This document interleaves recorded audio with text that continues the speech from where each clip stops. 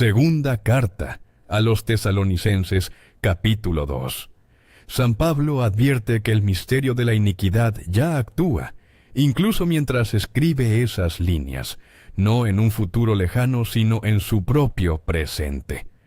Hoy, entre inteligencias artificiales que imitan voces humanas y predicadores que prometen revelaciones exclusivas en línea, esa advertencia vuelve a sonar actual. Este video explica la herramienta exacta que San Ignacio de Loyola dejó escrita para detectar ese engaño. Y hay un documento oficial y reciente, firmado por un papa, que pone nombre exacto a ese mismo engaño que Ignacio describió hace casi 500 años. Manresa, un pequeño pueblo cercano a Barcelona, año 1522. Ignacio de Loyola, ya convertido tras su convalecencia en el castillo familiar, llega a esa localidad catalana con la intención de pasar solo unos días de camino hacia Jerusalén. Termina quedándose casi 11 meses. Allí, en una cueva situada junto al río Cardener, atraviesa el periodo más intenso de toda su vida espiritual. Alterna momentos de consuelo profundo con crisis de escrúpulos tan severas que, según relata él mismo en el testimonio autobiográfico que dictó años después, llegó a pensar en quitarse la vida para escapar de la angustia. De esa experiencia extrema nace el primer borrador de los ejercicios espirituales, el manual de oración que terminaría de pulir durante casi 2 décadas. En 1540, el Papa Pablo III aprueba oficialmente la fundación de la Compañía de Jesús. 8 años después, en 1548, el mismo Papa aprueba formalmente el texto completo de los ejercicios como método seguro de oración para toda la Iglesia. Un hombre que estuvo a punto de derrumbarse en una cueva terminó legando a la Iglesia Universal el mapa más detallado que existe para distinguir un impulso verdadero de uno falso. Dentro de ese mapa hay una imagen concreta que Ignacio desarrolla en la segunda serie de sus reglas de discernimiento, pensada para personas que ya buscan a Dios con sinceridad, no para quien vive alejado de Él. Explica que el Espíritu bueno, cuando actúa sobre una persona que camina hacia el bien, entra en el alma con suavidad, casi sin ruido, como una gota de agua que se hunde en una esponja. No sacude, no alarma, deja una paz que permanece incluso después de terminada la oración. El espíritu contrario, en cambio, entra con estrépito, como una gota de agua que cae sobre una piedra. Agitación repentina, urgencia por actuar ya, una inquietud que empuja a decidir sin pensar. Ignacio subraya un matiz que cambia todo el sistema. Para una persona que retrocede espiritualmente, ese mismo mecanismo se invierte por completo, y es el bien quien sacude la conciencia dormida, mientras el engaño llega entonces con dulzura, para mantenerla tranquila en su error. Por eso ninguna emoción sola basta como prueba. Importa de dónde viene ese movimiento y hacia dónde empuja, y esa lectura nunca es una condena automática sobre nadie. Es una llamada a examinar con calma cada impulso antes de obedecerlo. Esa misma gota de agua, silenciosa o ruidosa, sigue siendo hoy la prueba más simple que existe para distinguir un impulso de Dios de una simple corazonada. La Iglesia distingue con cuidado los planos que se mezclan en este tema. El Catecismo de la Iglesia Católica enseña en los números dedicados al pecado original que el demonio existe como realidad personal, no como simple figura literaria del mal. Eso es doctrina firme. La primera carta de Juan añade una instrucción directa, dirigida a toda comunidad cristiana. No crean a cualquier espíritu, sino prueben los espíritus para ver si proceden de Dios.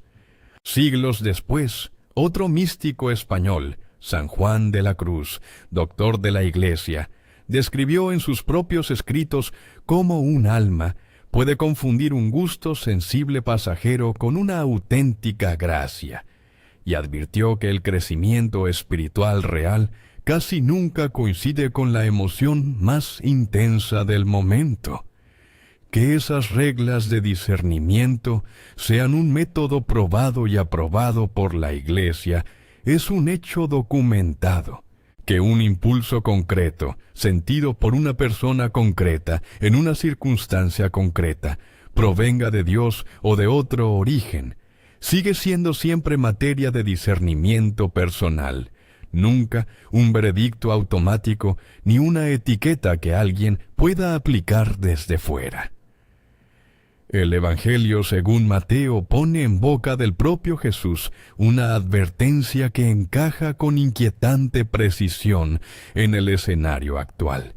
En el capítulo 24 anuncia que surgirán falsos cristos y falsos profetas capaces de realizar señales y prodigios tan convincentes que engañarían, si fuera posible, incluso a los elegidos.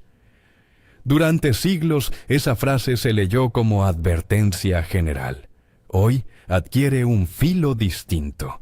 En los últimos años han circulado en redes sociales videos generados por inteligencia artificial que imitan el rostro y la voz de predicadores reales, o incluso de figuras religiosas históricas, pronunciando mensajes que jamás dijeron. Plataformas enteras premian con más alcance el contenido que provoca reacción emocional inmediata. Exactamente el tipo de agitación repentina que Ignacio asociaba con el engaño, y no la paz silenciosa que asociaba con lo verdadero. Todavía falta nombrar el documento que confirma, con autoridad oficial, que este mismo patrón preocupa hoy a la cúpula misma de la Iglesia. La orientación pastoral frente a cualquier mensaje viral que se presente como revelación es sencilla. Verificar la fuente, consultar a un sacerdote antes de compartirlo y desconfiar por principio de todo lo que exige una reacción inmediata sin dejar espacio para pensar. Este mecanismo golpea con especial fuerza a los más jóvenes.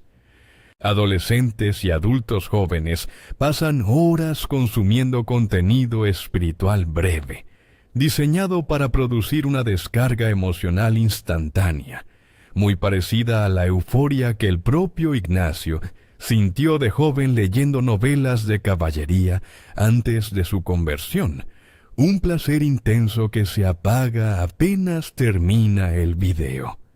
La diferencia, y esa es precisamente la clave que dejó escrita, está en lo que queda después. Un padre o una madre puede aplicar la misma prueba en casa sin necesidad de conocimientos teológicos complejos.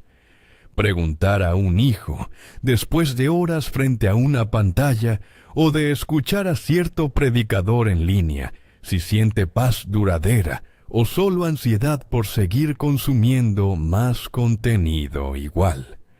La lógica espiritual detrás de esa pregunta no cambió en 500 años. Lo que cambió fue la velocidad con la que ese impulso ruidoso, esa gota que cae sobre la piedra, logra hoy repetirse cientos de veces en una sola tarde. Ese documento que se anunció al comienzo de este video tiene nombre y firma.